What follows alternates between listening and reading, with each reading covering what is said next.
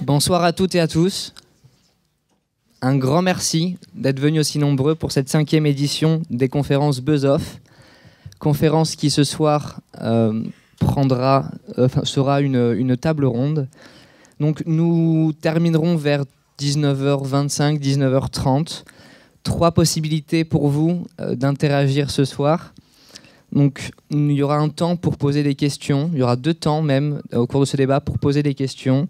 Vous avez le live tweet, #BuzzOff sur Twitter.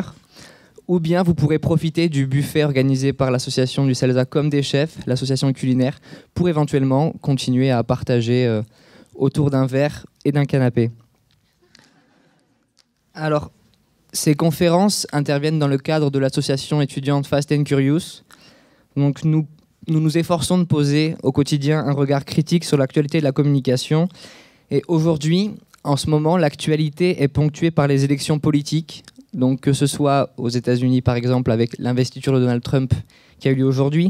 En France, plus particulièrement, on a le 3e débat de la primaire à gauche qui s'est terminé hier. On est en pleine période de campagne pour les élections présidentielles.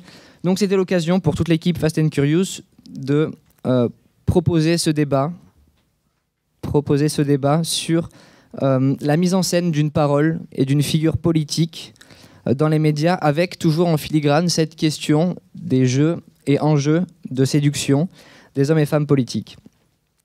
Donc nous sommes très heureux d'avoir à nos côtés messieurs Thierry Devars et Olivier Haïm pour le côté enseignant-chercheur. Donc soyons chauvins, une fois n'est pas coutume, on ne les présente plus aux étudiants du CELSA. Olivier Haïm est maître de conférence ici et chercheur au GRIPIC. Thierry Devars est docteur en sciences de l'information et de la communication et chercheur associé au GRIPIC. Donc tous deux ont travaillé sur les formes et écritures médiatiques et ont étudié les dynamiques de communication dans l'espace public. Nous avons la chance d'avoir avec nous Mathieu Slama, donc directeur chez Publicis Consultant, analyste politique, qui a notamment travaillé sur Vladimir Poutine et la question de la propagande de l'État islamique. Et enfin, nous avons l'honneur d'avoir avec nous Yves Geland, donc réalisateur, documentariste, notamment auteur de films politiques. Donc Yves Geland, vous avez l'habitude de voir les politiques en action, que ce soit à l'échelon municipal, régional ou national. Et nous allons nous appuyer ce soir sur 3 extraits de votre film Un temps de président qui vont scander un petit peu ce débat.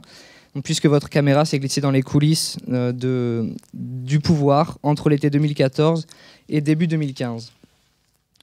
Alors peut-être, en guise d'ouverture de cette table ronde, on aimerait savoir en quelques mots ce qu'est pour vous la séduction en politique. Qu'est-ce que séduire pour les hommes et femmes politiques?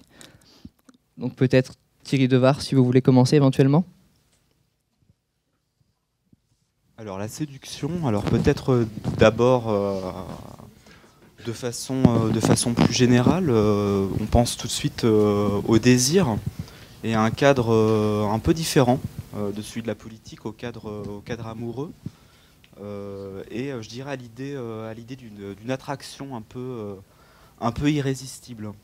Alors ce qui fait peut-être le lien entre le contexte amoureux, le contexte politique, c'est cette relation éventuelle de pouvoir entre celui qui séduit et celui qui est séduit, avec, je dirais, voilà, cette idée de... Ce micro-là. Voilà, ce sera plus séduisant peut-être. Cette idée de voilà, d'attraction qui peut être fatale parfois. Monsieur Slama, peut-être, en quelques mots. Oui, ça marche, vous m'entendez?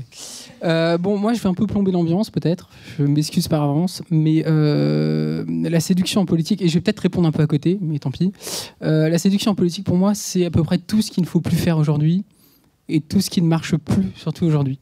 On voit bien qu'il y a une évolution majeure dans le paysage politique, on n'est même plus dans la communication aujourd'hui. Le phénomène Trump aux États-Unis dit beaucoup de choses, alors pardon, je suis un peu long peut-être déjà, mais, et j'anticipe quelques discussions. Mais on voit bien que, alors, en France, le phénomène Trump est vu comme un personnage extravagant qui, par ces espèces de saillies vulgaires, arrive à capter l'auditoire, etc. Mais en fait, quand je me suis quand même pas mal intéressé à sa campagne, on se rend compte que c'est tout à fait l'inverse des codes de séduction, justement, qu'il y avait jusqu'à présent. Quelqu'un qui fait du parler vrai. Enfin, il a révolutionné littéralement le langage politique, déjà, il faut l'admettre. Le parler vrai absolu, plus de filtre, c'est terminé. Et puis surtout, c'est quelqu'un qui a, quand on regarde bien, imposé tous les thèmes de campagne. Qu'on soit d'accord ou pas, d'ailleurs, sur le fond. Et on voit bien qu'aujourd'hui, les citoyens, en tout cas beaucoup plus de citoyens, n'attendent plus du tout d'être séduits. Je crois que François Hollande, on y reviendra peut-être, mais ce que montre bien le documentaire sur l'Élysée, François Hollande a passé son quinquennat à essayer de séduire. On a vu le résultat. Il est même allé jusqu'à changer de lunettes. Voilà, on a vu ce que ça a donné aussi. Ça ne prend plus, ça ne marche plus.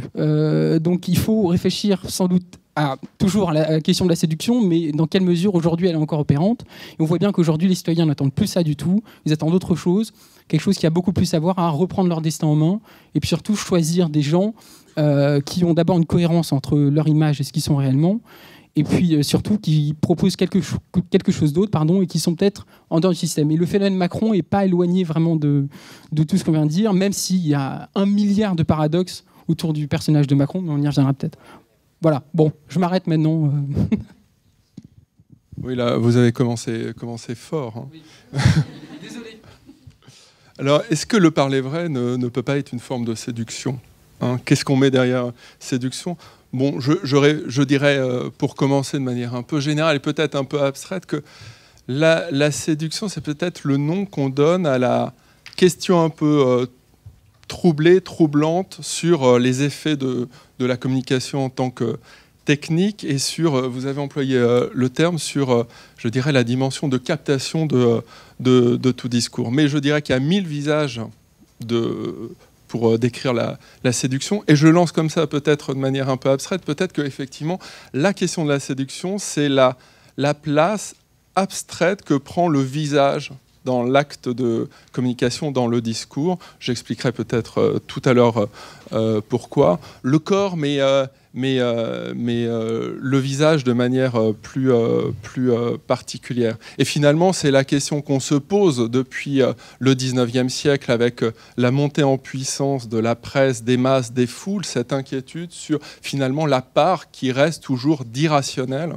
dans l'idéal de rationalité de l'espace public. Hein. Le 19e, c'est le moment où même, pour faire le lien avec la séduction amoureuse, hein, Kierkegaard écrit son journal d'un séducteur, qui est un grand philosophe de la communication, Kierkegaard, et c'est le moment où on s'interroge sur l'effet que les leaders charismatiques peuvent avoir sur les foules, hein, Gustave Le Bon, Tarde, etc. Donc finalement, j'y reviendrai, je dirais ça comme ça, c'est la part que prend le corps et surtout le visage dans la relation imaginairement, idéalement rationnelle de la communication politique et de la transmission des idées. Oui, bonsoir. Mathieu Slama vient de dire que la séduction, c'est tout ce qu'il ne faut plus faire aujourd'hui en politique. Moi, j'aurais tendance à dire que ce qu'il ne faut plus faire aujourd'hui en politique, c'est justement dire ce qu'il ne faut plus faire aujourd'hui en politique. C'est-à-dire que, vous dites que ça ne lui a pas réussi à François Hollande, ben, je pense que François Hollande, comme beaucoup d'hommes politiques, comme la grande majorité des hommes politiques ou des femmes politiques, sont des séducteurs ou des séductrices. Donc, au-delà même des plans médias et des conseillers à l'image, il aime ça.